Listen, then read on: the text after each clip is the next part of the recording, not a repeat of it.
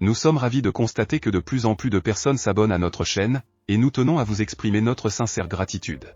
Votre soutien est précieux et nous inspire à continuer à fournir un contenu de qualité qui répond à vos attentes. Votre engagement et votre fidélité sont les moteurs qui nous poussent à nous améliorer constamment. Merci à vous tous pour votre soutien continu, et nous sommes impatients de vous proposer encore plus de contenu passionnant à l'avenir.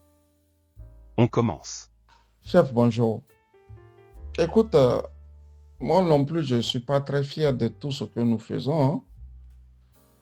Et c'est le retour des vieilles querelles africaines hein, sur l'émancipation de nos peuples, sur le panafricanisme de nos peuples, et plus loin après, sur ce que nous avons appelé la France-Afrique.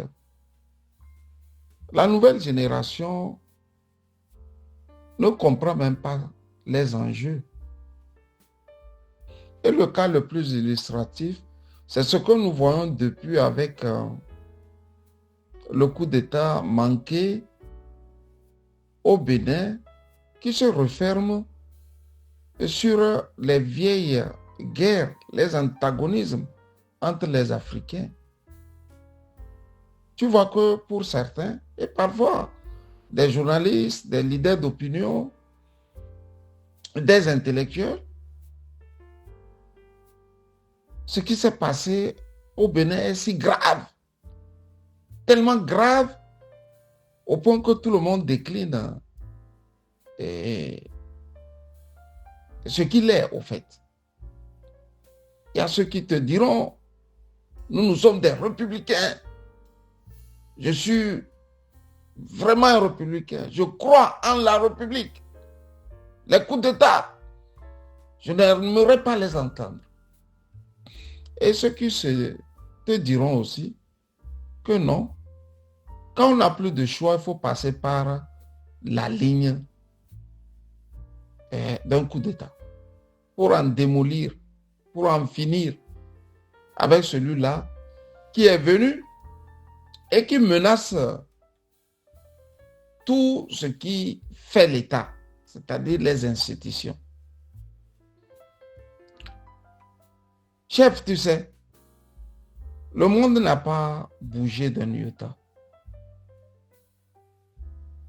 Au fait, c'est les mêmes méthodes les Occidentaux ont toujours imposées aux Africains. Sauf que nous, on n'a pas aussi tant évolué que ça. On n'a pas évolué. On n'a pas grandi, quoi. Parfois même, on a régressé. On a régressé. On a tellement régressé à telle enseigne que le passé ne nous hante jamais. Notre passé ne nous hante jamais. Ils sont rares, les Africains, à te parler de la traite négrière. Hein. Mais c'est tous les Juifs éparpillés dans le monde qui te parlent des pogroms qu'ils ont connus. Pas seulement en Allemagne, mais en France aussi. En Italie. Jusqu'en Suède. Là où le Juif a été traqué, il a immortalisé ce qu'on lui a fait. Mais nous, on n'immortalise rien. Et c'est parce qu'on n'immortalise rien que quelqu'un peut sortir du bois et vous dire comment je suis un républicain dans des pays où les gens ne respectent pas la République. Les gens sont assis en France et veulent te faire croire que en France, là, on a toujours respecté la République. Alors que dans un passé récent, avec la guerre d'Algérie, on a vu des Français, les pieds noirs, ce que ceux-là nous avions appelé les pieds noirs, débarquer en France, voulant déposer le général de Gaulle, voulant lui faire un coup d'État. Parce que pour eux, le général ne respectait rien. Et ils veulent que l'Algérie reste française et le général est en train de mélanger les textes de la République. Je crois savoir que c'est le général Salan qui a pris 3 généraux avec lui.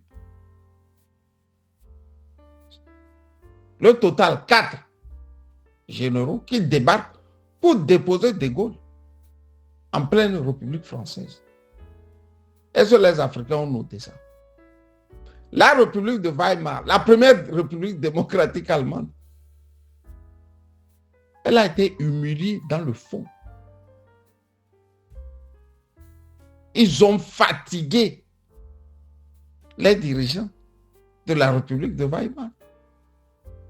Ils ont mélangé tout, ils l'ont affaibli.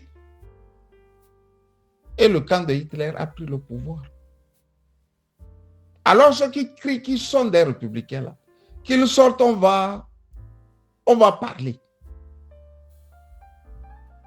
Qu'ils sortent, on va parler. Dans chaque pays au monde, il y a un petit article de la Constitution qui dit que quand le dirigeant ne respecte pas, il faut mettre le pays sens dessus-dessous. Au Togo, c'est l'article 150. C'est l'article 150. Si vous ne mettez pas des dispositions comme ça, un voyou va confondre le patrimoine privé et le patrimoine public. Donc, ceux qui crient qui sont des républicains là, qu'ils viennent, on n'a qu'à discuter. Ce n'est pour rien qu'il y a des courants dans chaque pays. Il y a les royalistes, il y a les anarchistes, il y a les républicains, il y a les souverainistes, il y a tout le monde. Ne pas confondre ce qui se passe actuellement. C'est les républicains qui sont les vainqueurs dans plusieurs pays. C'est pour ça qu'ils ont proclamé la République. En attendant qu'un jour aussi, ce qui est en train de se passer là, actuellement là, en France, ne soyez pas étonnés que les souverainistes, c'est-à-dire leur Marine Le Pen, en Allemagne ici, l'AfD, aussi reprennent le pouvoir.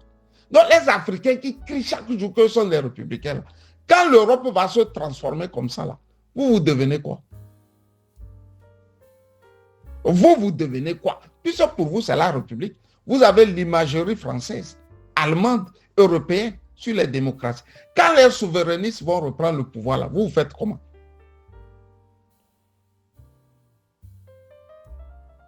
Chef, tu vois, on n'a pas pensé loin. Hier, j'ai suivi un journaliste togolais. Vous savez, moi, je ne sais pas cacher quand je ne suis pas d'accord. J'ai suivi Ferdinand pour 15-20 minutes dans son live. Et quand il est arrivé de parler du Bénin, qu'est-ce qu'il a dit? Il a dit qu'il est profondément républicain, lui. Oh, ça m'a fait rigoler. Hein. Ça m'a fait tellement rigoler. Est-ce qu'en Afrique, on sait même ce que c'est qu'être républicain? Comment tu peux être républicain dans un pays où les gens te dirigent depuis 60 ans et ne respectent aucune règle? Ça s'appelle l'hypocrisie. Ça s'appelle l'hypocrisie. Parce que nous, les Togolais, là, si les anarchistes venaient au pouvoir, on va aller avec eux. Si les souverainistes venaient au pouvoir, là, on va aller. Si c'est eux qui vont évincer les républicains, là, on va faire avec eux. Si c'est les royalistes, là, on va faire avec eux. Parce que nous sommes fatigués. Mais des Africains, surtout les Togolais, moi, je suis républicain. Je respecte les textes de la République. Je respecte la Constitution. Il est fatigué, hein? Tout autour de lui, là. Tout tombe en lambeaux. Mais il est en train de vous mentir. C'est-à-dire, on est des hypocrites à l'infini. On est des hypocrites. Donc, c'est dans ce live-là, il y a eu ce que moi j'appelle même la manipulation. Il te sort la constitution du Mali. Ou au Mali, faire un coup d'État, désormais, est un crime contre les textes de la République. Et le journaliste en question dit que c'est la constitution d'Assimi Goïta. C'est comme si on disait que le référendum de 1992 voté par les Togolais était un référendum de Monseigneur Fanny Kokpodjoro, parce que c'est lui qui était le patron de la conférence nationale souveraine. Et pourtant, au Mali, on a bien vu les Maliens aller au référendum et voter ça. Ce qui veut dire que ce n'est pas Assimi Goïta qui a sorti cette constitution du bois, mais elle est née d'un référendum. Vous voyez comment nous, les journalistes, des fois on peut manipuler. On ne rappelle pas à l'auditoire que c'est pas référendum. Hein. On dit que c'est la constitution d'Assimi Goïta. Et plus loin, on étend la toile jusqu'à dire que si le Togo coopère avec le Mali, le Niger, le Burkina, donc je dois combattre les Burkinabés parce que ils sont des ennemis du Togo. Ils aident Faure Gnassingbé à rester au pouvoir. Est-ce que l'argumentaire, là, sincèrement, ça tient? Non, soyez sérieux, chef. Est-ce que ça tient? Ici, on est entre États. Hein. C'est-à-dire, on est entre États et nous ramenons le problème comme si c'était un problème entre individus. Voilà les limites des peuples.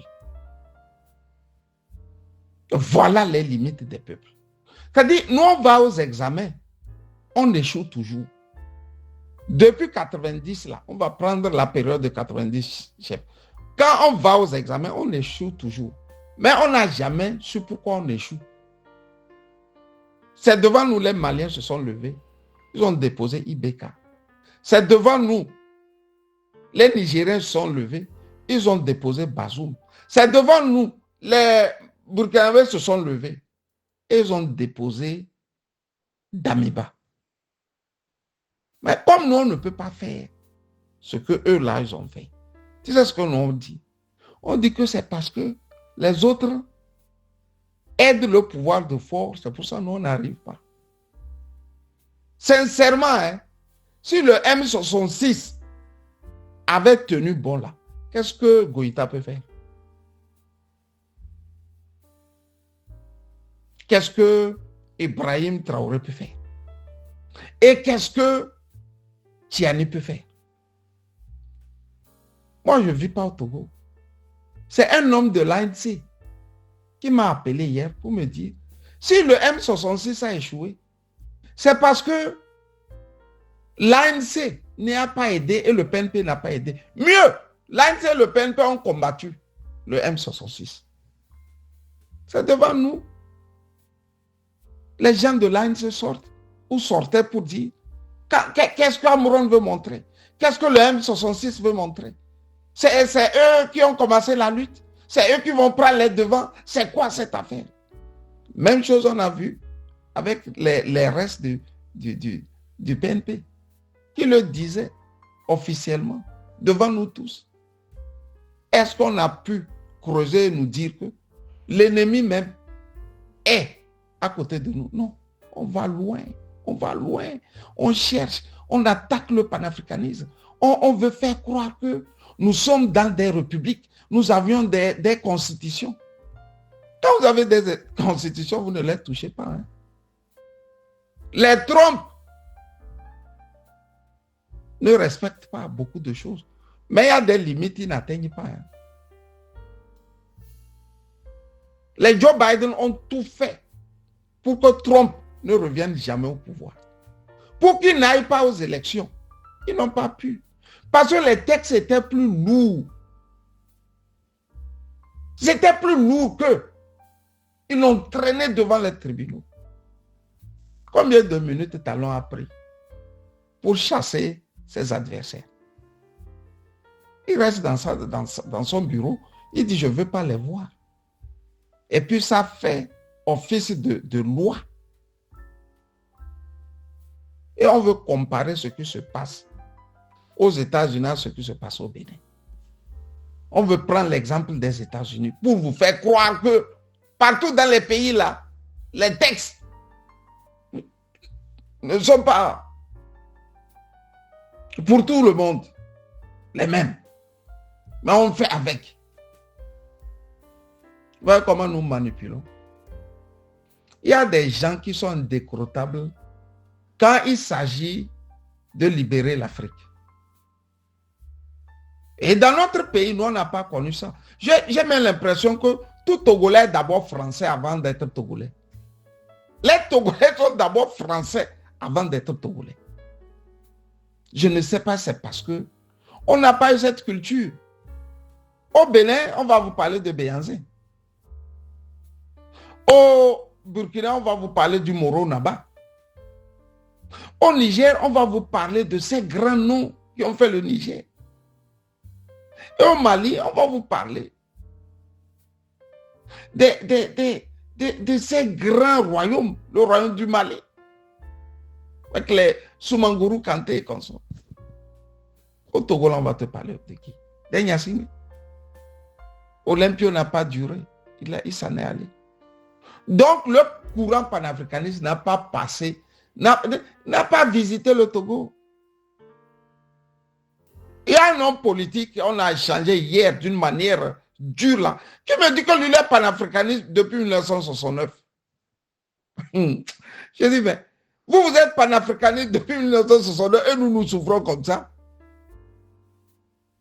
Si vous êtes panafricaniste, je vous parle d'un leader politique, hein, pas des moindres, qui me dit que lui est panafricaniste depuis 1969. Et je lui réponds, mais vous êtes panafricaniste depuis 1969. Moi, je n'étais même pas encore né. Et nous souffrons comme ça pour installer le panafricanisme au Togo. Voilà la triste réalité, chef. C'est dur, c'est compliqué, mais c'est comme ça nous sommes. On veut te faire comprendre que le problème du Togo là, ce sont l'AES là, qui aident fort. Non, on n'a pas trop travaillé que ça. On pense qu'on travaille. Un ami me disait que son père avait la capacité de les observer au champ. Et tiens là-haut, il travaille, il cultive sur le même rythme. Il veut se doubler en faisant les sillons. Mais le papa arrivait à savoir qu'il n'est pas en train de faire un bon jeu dans le travail là. Et leur disait ça. C'est ça le Togo. Quand le M66 a appelé à la marche là, on n'est pas sorti. On a laissé le peu là sortir. On les a matés. On était en haut. Dans nos maisons, on photographiait ça. Vous avez vu les Ferdinand relever ça. Ne relève pas ça. Ils vont loin chercher le drame. Le drame se trouve au Togo. Si nous sortons là, Goïta ne pourra rien faire. Tiani ne pourra rien faire. Ils vont constater les faits. Donc, si on veut utiliser la France pour affaiblir le panafricanisme, nous, on va combattre ça. Nous, là, on va combattre ça. Parce que les mêmes réseaux par lesquels ils sortent faire les trucs, c'est les mêmes réseaux que nous avions. Donc, ça serait réseau contre réseau.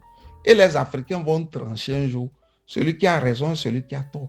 On revient au même système entre Nkrumah et Houphouët-Boigny. Ils ont transporté même la bagarre devant un auditoire où ils se sont jurés que bon, toi tu es pour la France, moi je suis contre la France. On va laisser les choses d'ici 30 à 40 ans. Mais 40 ans après, c'est le Ghana qui a gagné. C'est Nkrumah qui a gagné. Vous voyez la Côte d'Ivoire. C'est traversé par des étrangers qui ont pris leur pays. C'est plus leur pays, ça ne les appartient plus. Regardez la Côte d'Ivoire très bien. Un monsieur est venu les endetter à près de 38 000 milliards. Et quelle génération peut lever la tête? Ne soyez pas étonnés. Un jour, ils vont dire que bon, les champs de cacao, c'est à eux. Les Blancs vont dire ça. Comme on a fait à la Grèce. Toutes les îles là qui faisaient la fierté de la Grèce, c'est devant nous. Les Européens sont venus prendre tout. Parce que la Grèce est endettée. Et l'un des plus grands ports, le port de Pyros, les Chinois sont venus acheter. Donc le grec marche sans rien, au fait. Mais les Africains sont en train de vous mentir, quoi. Ils ne savent même pas ça. Idéologie panafricaniste, là, c'est quoi? Mais c'est le siècle des Lumières qui a fait la France et partant l'Europe, non? Ce n'était pas à cause des idéologies. Le siècle des Lumières, là, c'est quoi? C'est des idéologues. C'est des penseurs. Mais chez nous, là, on nous interdit de penser. D'aller. Nous sommes des panafricanistes, des républicains, pardon. Moi, je suis républicain. Quand tu vois nos pays, là, est-ce qu'il y a un seul qui est républicain? Donc, tu peux être républicain dans un pays où un chef de l'État peut faire ce qu'il veut, peut changer la loi comme il veut. Il peut même ordonner que toi-même là, on te tue. Et tu dis, tu es républicain. Non, soyez sérieux. C'est quelle hypocrisie, ça? C'est quelle hypocrisie? J'ai voulu te dire que j'ai suivi aussi le live. Mais toutes les fois que tu vas amener des idées contraires, les gens vont penser que tu en veux au journaliste en question. En quoi je l'en veux, je ne le connais pas. Mais je ne voudrais pas qu'il manipule. Là, oui, quand il fait bien, vraiment, je suis là, j'applaudis des deux mains. Mais quand il veut rentrer dans les choses qui le dépassent parfois, ou ils vont manipuler, non, moi, je ne peux pas accepter ça. Je ne suis pas allé à l'école pour suivre des choses qui ne vont pas, qui ne riment pas avec la vérité. Bonne journée de lundi et bye bye. Si vous êtes nouveau sur la chaîne, n'hésitez pas à partager cette vidéo avec vos amis, et à vous abonner avec les notifications activées pour être informé de nos nouvelles publications. Pensez également à liker et pourquoi ne pas laisser un commentaire, partager pour nous aider à rester motivés pour vous apporter plus de contenu fantastique comme celui-ci.